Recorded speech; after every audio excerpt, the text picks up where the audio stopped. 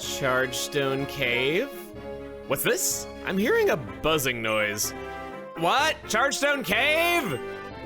Wow, the cross transceiver works in there? I never knew that. Wow, the reception must be really shoddy because we're not even in Chargestone Cave, and yet it thinks we are. Hey everybody, it's Chugga Conroy. Welcome back to more Pokemon Black 2 and White 2. Last time we went through Route 6 without our dowsing machine on. I just noticed that right now. As someone who normally has this thing on perpetually for life, that hurts me. Whoa! Before we do anything else, I'm using that. Protein can go on, we'll put it on Pignati. Yeah, Pignati. So now this time, at the end of Route 6, we're gonna go into Chargestone Cave. I just realized the outside counts as Chargestone Cave as well. It's one of those things that Nuzlockers say, hey, I just get to talk to you at the beginning of every area. Hi there. Did you know this? If you push the floating stones, they move. As always, this place is charged with lots of electricity that Pokemon like. The electric charges react with one another, so that's why they are floating stones. You can't push all of them though. Oh, that's right, I came here to research something. Be seeing ya. Just makes me think of Secret of Mana every time I hear those words. I think I said that the last time somebody said that. This place has got a pretty interesting gimmick, how you just push them into other magnetically charged stones. I am here today to tell you that we have reached the second place where we can find some of N's Pokemon. I'm gonna be hunting those in between doing all these trainer battles, and there's quite a few interesting regular Pokemon we can find too. There's a lot to see here, even though we can only explore a portion of this place. Let's get started. Nosepass. Well, hey, a good tanky rock type. Nosepass always comes knowing Rock Slide. Will evolve in one level inside the very place it's caught in and learn several electric moves. When it evolves, it becomes Rock Steel, and let's be real, you're gonna grind that one level right now if it means instantly evolving and being bestowed these stats. So let's talk about it as though it's a Probopass. That type means quad weaknesses to ground and fighting, a normal weakness to water, and resistances to a lot of freaking stuff. It's too bad that it has to be so weak to ground right now, but that type can be good in plenty of other legitimate circumstances. It does get Magnet Rise, but are you really gonna be able to make good use of that with how slow it is? Probably not. Nosepass can get Power Gem, and this is a rare case where that should replace Rock Slide due to how its stats come out. As for abilities, Sturdy is nice. Probopass just so happens to be immune to several ways Sturdy can get screwed over, like sandstorms and poison. Magnapole isn't without its merits though. It's an excellent steel killer even if it doesn't have a type advantage because they just can't do much to it. Don't discount debuffs, Daryl. It gets debuffs like Thunderwave and Toxic, which are both good picks for something so tanky as this. Joltik, but you're so tiny. Right away, Bug Electric is pretty good actually. Offensively, those types give one another a lot more coverage without overlap. Defensively, Bug loses its ground resistance, but also neutralizes a would-be weakness to flying. So it's only weak against rock and fire. Ability-wise, Compound Eyes, I did not mean for that to rhyme, is the superior option all the way. The big boon is Thunder going from 70% accuracy to 91. And it can expect to learn this after not much time.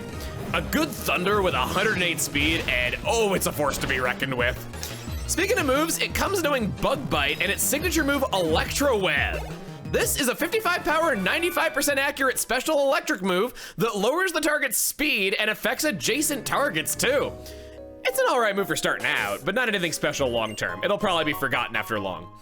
By the end of the journey, it gets Bug Buzz and Giga Drain for coverage options. It's a lightning fast special attacker with good type coverage. Pretty decent. Ferroseed! If you're looking for a wall, we got a spiked wall. It's rare that a grass type is a strong wall, but this one works out to have plenty of resistances. Steel immunizes poison, grass neutralizes ground, and it's just a great type that only has to really watch out for fire. Its stats could not be better. It has one of the highest defense stats ever, backed up by almost as high special defense and good HP. Its main drawback is speed. It will likely go its whole career without ever going first in a battle. Its ability is a near unique effect that plays off of this well, able to make it justify switching in, or the ability is just an invisible helper where you'll take a hit, the enemy will get hurt, and even though you wouldn't have one-shot them normally, you're none the wiser because you did, and that one little bit of damage made the difference. For moves, it's one of the best users of Gyro Ball. Upon evolving, it can pair that Gyro Ball with Curse to cause one hell of a combo where it willingly drops its speed to raise attack and defense. You're at +1 attack, and if your opponent's current speed is 6 times your own, which is very easy to do, Gyro Ball maxes out with 150 base power. It even gets strong support moves like Thunder Wave, Spike, Stealth Rock, or it can heal off damage with Leech Seed. It learns a ton of special moves, don't use them. It's pointless when it's got so many other good options. We're gonna throw you in the Klink. Definitely a weird Pokemon, but you knew that just from looking at it. Klink does a little bit of everything. It has good defense, a steel type to back that up, and all around good stats. It's fast for how tanky it is, and it can attack on either front. When it comes to moves, Klink has 2 signature moves, one for each gear, I guess. Gear Grind, a 50 power 2-hit move, which, as a reminder, rolls for criticals on both hits. This is better than your average Steel move due to that power and same type attack bonus. Plus, it knows it right from the start. And believe it or not, the other one is even better, Shift Gear. It won't have this for a long time, but it raises speed twice and attack once. Once it's elevated to a high enough level, it can't help but become a dedicated physical attacker. I need to point out that this is one of the very few Pokemon to have its TM compatibility changed in Black 2 and White 2. It now has access to Wild Charge, and that's a must-have for better type coverage. It's left with just Steel and Electric for good attack, so reserve slot number 4 for a status move or return. As for the last thing, its ability is useless. Tynamo. Right away, Tynamo is Levitate Electric. It has no weakness. Tynamo itself is a freaking joke though. Teeny tiny stats, learns no moves after capture other than Magnet Rise. When it's already immune to ground. Who'd approved this? If I ever wanted to prank someone with a weak Pokemon that only knows one useless move, that would be my choice. It's such a laughably weak team member while it's in this base form that Tynamo will quickly become one of your least favorite Pokemon should you choose it. When it evolves, it gets a lot better. You'll have Thunderstones and it'll spend 0 battles as the Electric, so why did they bother making a middle stage for it at all? Anyway, once it finally evolves, this is a pretty good Pokemon, if a bit slow for Electric standards. It can learn Flamethrower and Giga Drain, Super Fang, U-Turn, Volt Switch, and Super Power too. This is very much a time capsule Pokemon. It's nothing for so long, but then when it opens up, it's got pretty good bulk, no weaknesses to take a few hits every battle with good offense. I cannot overstate how frustrating it is to use before that. Count on it being experience share trash and use it for the long term and not because you urgently need an Electric type. Boldore is in an awkward spot. It's pure rock, a slow Pokemon when they have a large number of weaknesses you'll be running into all the time. Oh hey look, Boldore right on cue. It gets a saving throw thanks to its high attack and sturdy, so it's not useless, just not as good as it could be. It's a trade evolution and gets much better stats if that's a possibility. If you can't trade it, it can use Eviolite to emulate its evolved bulk, but it sucks out loud to miss out on 135 attacks, so I would not recommend it. Trade it if you're going to use it. It misses no important moves by just evolving right away. Just physically attacking, physically defensive, and a rock type. You've seen it before. Couple things. Pignani learned Heat Crash. This is a physical fire type move where the more the user outweighs the target, the greater the damage, a rare time where weight comes into play. In fact, you can see your opponent's weight if you don't have these details memorized because they'll have different animations when being sent out from a Pokeball. They have no special animation if they're floating, weightless, or ghost-like Pokemon. They thud down if they have some weight to them, and then they clang down with dust clouds if they're especially heavy. Diglett and Dugtrio are special, being sent out attached to the ground. This is N's Boldore, which I think I'll catch in a Great Ball. Heat Crash is excellent at chipping down a Pokemon like this that's really heavy. That's such a thoughtful little feature because you don't have to memorize so many numbers to know if a move is good. When it's healthy, its core sticks out, always facing the same way. It swiftly moves front to back and left to right. I heard somebody recently made a rock and roll a pencil sharpener for real, and I'm so happy that it finally exists. It looks like the Cop Boldore has a different OT. You can never nickname it. Goodbye. So many Pokemon to find around here just for a first visit. The bridge fell apart, but it's being fixed right now. What could have happened? Maybe wild Pokemon ran into it. At any rate, it's gonna take some time to fix. Go wait around Driftveil. Maybe Team Plasma bombed it. And the cave didn't cave in. Yeah, that makes sense. So look at all this. I have 102 escape ropes. I've been making movies in PokeStar Studios, like I said, and I swear to you, my fans always give me rope as a gift. Is this some kind of BDSP joke? I don't get it. I could stay here and grind for N's other Pokemon, but I'd rather not do that. I'd rather make my life easier by leaving, changing something, and then coming back. Oh-ho! Oh-ho! No! There was rustling grass and I didn't repel. Tiny mushroom on the way back.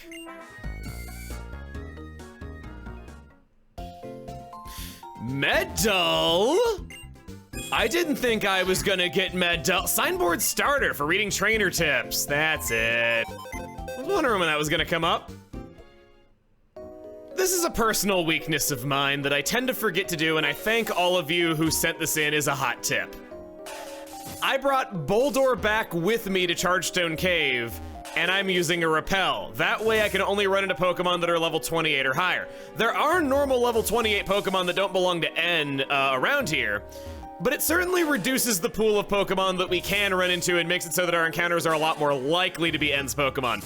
Out on Route 4, I think that you're guaranteed to run into N's Pokemon by doing this method, especially, you know, the Darmanitan. Well, the Darmanitan's not an issue because you can run into that with basically anything in your party. Klink? No, I just got a normal level 28 one. Awesome. That animation is so cool.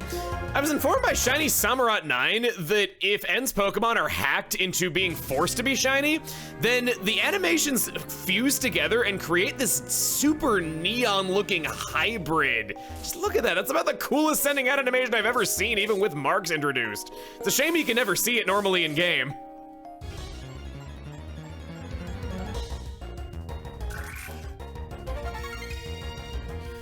Ferroseed has a bashful nature. Can I just catch you at full health there, buddy? I'd rather not putz around with you with how little damage I'm doing. 1, 2, 3. Yeah! I love catching Pokemon wrong. It absorbs iron it finds in the rock. We'll see.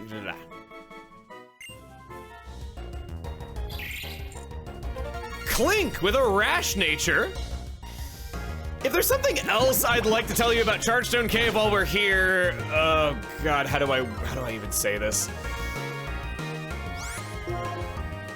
Tynamo. They went out of their way to add Magnet Rise to Tynamo's move pool in Black 2 and White 2. It didn't have it in Black and White 1. Its move pool is 5 moves, and this is one of them. Is this a joke? Did they think this was funny?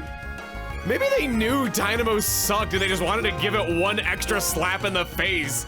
Give it a buff that's technically not even a buff. I don't know, as somebody who raised a Tynamo and was just so disappointed by how horribly weak it was in that base form in a personal playthrough of the first game, I found this pretty funny when I learned that they thought that was worth changing. What?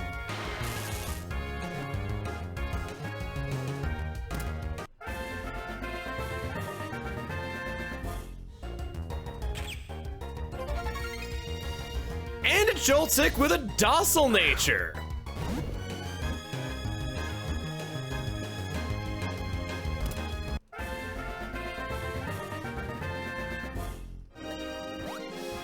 Perfect timing, I just ran out of repels upon getting back into the city. What is it with this place and giving me hidden items on the dowsing machine that I can't pick up? That's 2 times in a row. Exploration done. That's everything around Driftveil City. If we try to go to the south, I'm very sorry. The Pokemon World Tournament will commence shortly, but we're still preparing the area. Oh, you don't have the Driftveil City gym badge yet. In that case, how about taking on the Pokemon gym first? You're making fun of me, man. At least I can still use your vending machine. That's all I care about. Come on, man. I've seen people on the passerby list who have like 2 medals, and they have this medal, and I don't. That is not fair. And so many of you have commented that you've gotten it without even trying. Bye. So I don't know if we're gonna necessarily fight the gym leader today, but I thought we could at least clear the way. Challenging the gym, huh? Nice, keep getting stronger. Let me tell you though, Clay's tough. Even if all you have to use against ground types is water type Pokemon, you might still be in for a rough fight. Spike is too fast, I can never go where I wanna go.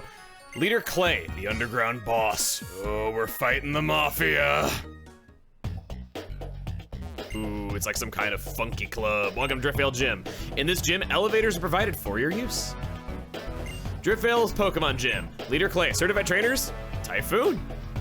He actually beat a gym before us.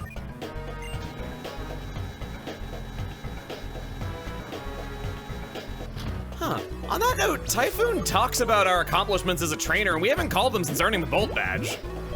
I like getting to see all these interactions because I didn't use it all that much and just see all these little things. What? I'd like to talk. You have to protect what's important to you on your own. What do you want? Have you challenged the Driftveil City Pokemon Gym yet? If you haven't, just go already. Hey, apparently the gym leader uses ground type Pokemon. See ya. All I and Mighty because he's got it and we don't. So this place. Welcome to the Driftveil Gym. This is for you. It's like a mad scientist's evil underground lair bent on world domination. Gym leader Clay uses ground type Pokemon. Well, just between you and me, ground type Pokemon aren't good against water type attacks. They also don't like grass or ice type attacks. Oh, and in this gym, the area you walk on will light up. Where you've been is a hint for where you need to go. Thank you. This place is a freaking maze. We can't really see all that well. The trainers are pretty easily skippable as they don't have sight all the way to the end of their platforms, but you might as well fight them if they're there. A big worry I had the first time around was there being Pokemon in here that you needed to see for the Pokedex with it being such a freaking maze. Thankfully, there really isn't. You're guaranteed to get Drillbur and Excadrill at least some point during the story, which are the only potentially new Pokemon that don't have 100% encounter rates eventually. I can't believe Signal Beam actually worked right there. So here's the thing about Aiden.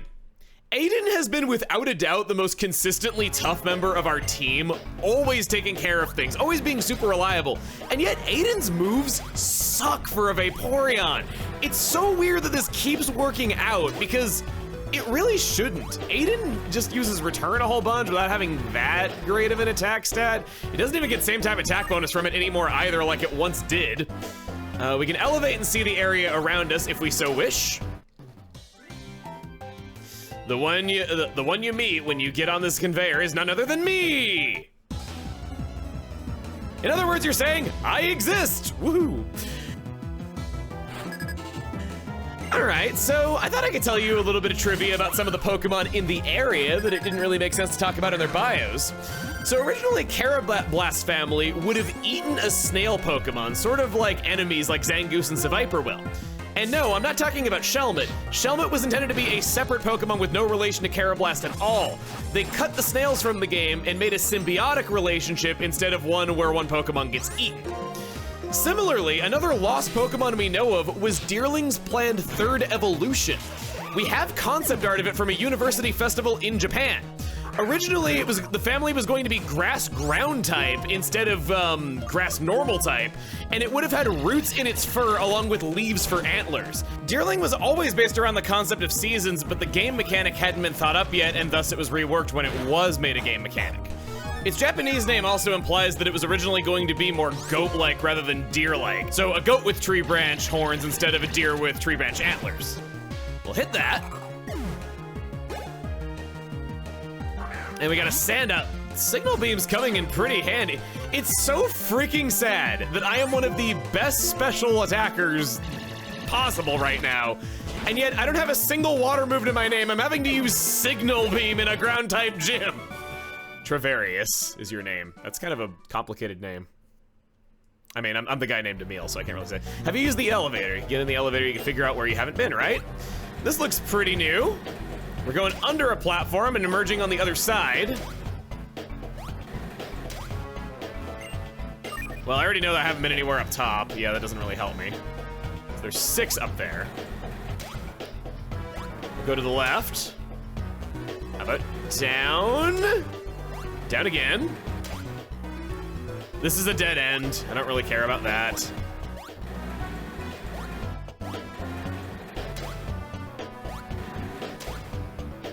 Oh, there's a dip down there. I have to fight the trainer. It's bothering me. I'm sorry. I'll be right back. Well, that's okay. It's time for the gymly mention of how the type itself works. Ground-type Pokemon have an advantage over many other types, 5 in total, while being the only weakness of Electric, basically a type that counters other ones very well. Ground tends to be the crux of teams, being able to cover weaknesses of its teammates. There are a lot of things that make Ground-type ineffective, such as Levitate, Flying type, some moves, and even some held items as we've seen. But it's still reliable enough to be seen as a good offensive option. Defensively, Ground isn't that exciting, aside from how good it is against Electric, of course. It gets support from Sandstorms being immune to the damage caused by it, and a lot of Ground types have an ability that play off of Sandstorms.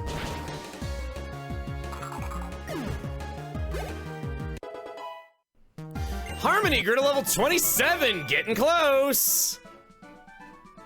Important having that be in the center. Go this way. Can't go. Oh, they do have perfect eyesight. When I say dig, you say, how low? Another Sandile. Bug type OP, please nerf. I just want to learn a freaking water type move, but it's working so well.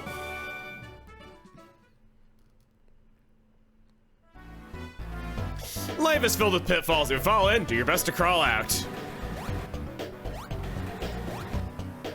That's pretty nice of you to say that. I think unbreaking my heart, making myself feel a lot better. I think that taking my happiness into my own hands, seeking it out, making it, all of that, there are lessons that I had to learn. Wow, I wasn't even trying and I just found you outright. Okay, I remember you being in a much more grand setting than this, but maybe I'm just confused.